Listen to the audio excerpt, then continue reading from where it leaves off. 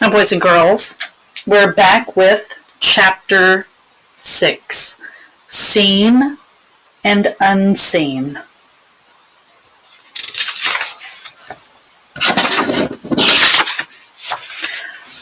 "Well," said Wendell as they ate, "what are you going to be tonight?" "I don't know," Harvey said. "What are you going to be?" "A hangman," he said with a spaghetti grin. "I've been learning how to tie nooses. Now all I've got to do is find someone to hang." He eyed Miss Griffin. "It's quick," he said. "You just drop them and snap. Their necks break." "That's horrible," Miss Griffin said.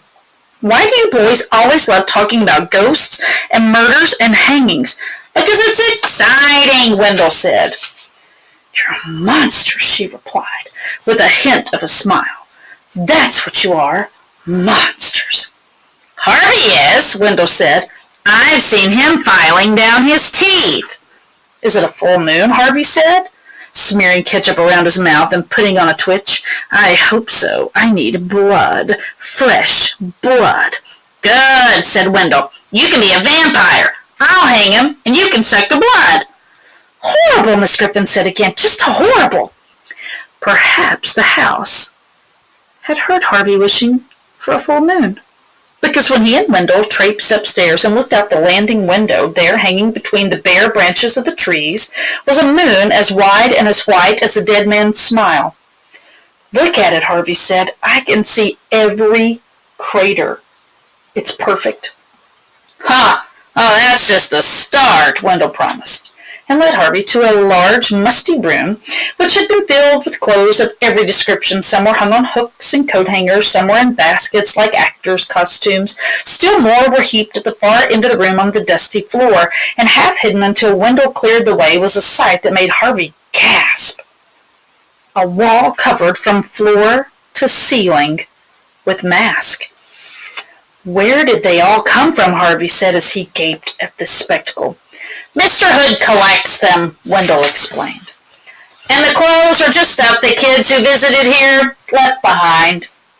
Harvey wasn't interested in the clothes. It was the mask that mesmerized him. They were like snowflakes. No two alike. Some were made of wood, of plastic, some straw and cloth and papier-mâché. Some were as bright as parrots, others as pale as parchment. Some were so grotesque he was certain they'd been carved by crazy people. Others so perfect they looked like death masks of angels. There were masks of clown faces and foxes, masks of skulls and decorated with real teeth, and one with carved flames instead of hair. "Take your pick," said Wendell. "There's bound to be a vampire in here somewhere. Whatever I come in here wanting to find, I find it sooner or later." Harvey decided to leave the pleasure of choosing a mask until last, and concentrated instead on digging up something suitably bat-like to wear. As he worked through the piles of clothes, he found himself wondering about the children who had left them there. Though he'd always hated history lessons, he knew some of the jackets and shoes and shirts and belts had been out of fashion for many, many years. Where were their owners now? Dead, he presumed? Or so old it made no difference? The thought of these garments belonging to dead folk brought a little shudder to his spine, which was only right. This was Halloween, after all, and what was Halloween without a few chills? After a few minutes of searching, he found a long black coat with a collar he could turn up, which Wendell pronounced very vampiric. Well satisfied with his choice, he went back to the walls of faces, and his eyes almost immediately alighted upon a mask he hadn't previously seen, with the pallor and deep sockets of a soul just risen from the tomb. He took it down and put it on. It fitted perfectly. "What do I look like?" Harvey asked, turning to face Wendell, who had found an executioner's mask, which fitted him just as well. "Ugly as sin." "Good." There was a flickering family of pumpkin heads lined up on the porch when they stepped outside, and the misty air smelled of wood smoke. "Where do we go trick-or-treating?" Harvey wanted to know. "Out in the street?" "No," said Wendell. "It's not Halloween in the real world, remember? We're going to go around to the back of the house." "That's not very far," Harvey remarked, disappointed. "It is at this time of night," Wendell said, creepily. This house is full of surprises, you'll see. Harvey looked up at the house. Through the tiny eye holes of his mask, it loomed as large as a thunderhead, its weather vanes sharp enough to stab the stars. "Come on," said Wendell. "We've got a long trip ahead." A long trip, Harvey thought? How could it be a long trip from the front of the house to the back? Well, once again, Wendell was right.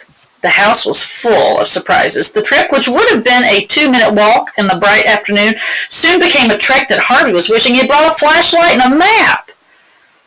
The leaves rustled underfoot as though snakes were swarming through them. The trees that had shaded them by day now looked frightful in their nakedness, gaunt and hungry. "Why am I doing this?" he asked himself as he followed Wendell through the darkness. "I'm cold and I'm uncomfortable." He might have added frightened to the list, but he left that thought unsaid. As he was about to suggest they turn back, Wendell pointed up and hissed, "Look!" Harvey looked directly overhead. A form was moving silently against the sky as if it had just launched itself from the eaves of the house. The moon had slunk away behind the roof and shed no light upon the silvery night flyer, so Harvey could only guess at its shape from the stars. It blotted out as it sailed. Its wings were wide but ragged, too ragged to bear it up, he thought. Instead, it seemed to claw at the darkness as it went, as though it were crawling on the very air itself. A glimpse was all that Harvey had, and then it was gone. "What was that?" he whispered. He got no answer. In the moments he had taken staring up at the sky, Wendell had disappeared. "Wendell," Harvey whispered, "where are you?" There was still no reply, just the slithering in the leaves and the moan of hungry branches. "I know what you're doing," Harvey said louder this time, "and you won't scare me that easy. Hear me?" This time there was a reply of sorts, not words, but a creaking sound from somewhere in the trees. "He's climbing up into the treehouse," Harvey thought, and determined to catch Wendell and scare him back, he followed the sound.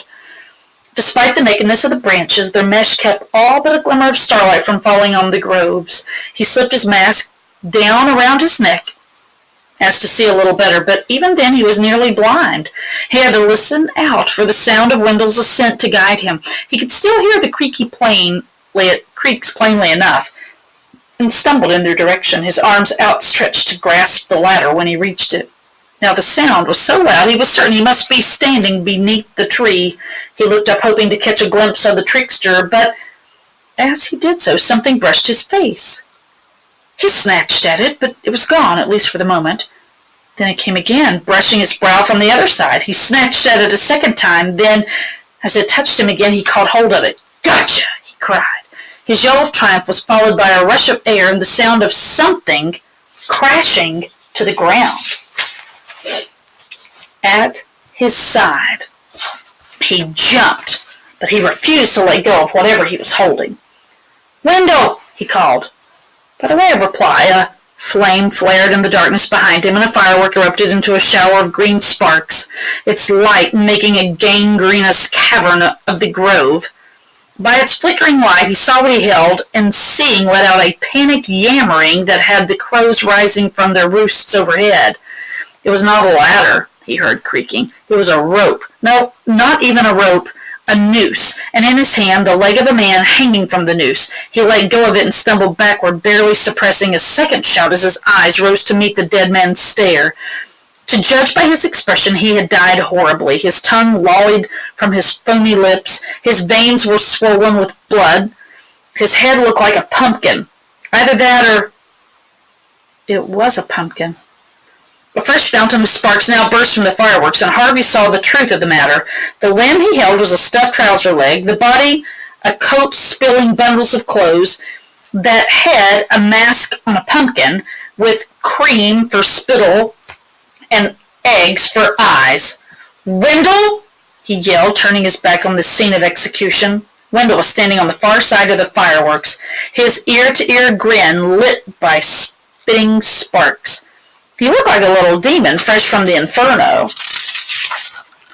At his side was the ladder that had come crashing down to get the drama underway. "I warned ya," Wendell said, holding up his mask. "I said I was going to be a hangman tonight." "I'll get you back for this," Harvey said, his heart still beating too fast for him to see the funny side of this. "I swear I'll get you back. You can try, Wendell crowed. The fireworks was beginning to fizzle out. The shadows around them began to deepen again. Had enough Halloween for tonight, he asked. Harvey didn't much like admitting defeat, but he nodded grimly, swearing to himself that when he finally got his revenge, it would be choice. Smile, Wendell said as the fountain of sparks dwindled. We're at the holiday house!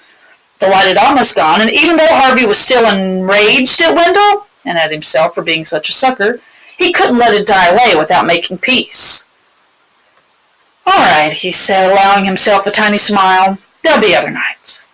Always, said Wendell. The reply pleased him. That's what this place is, he said as the light went out. It's the house of always.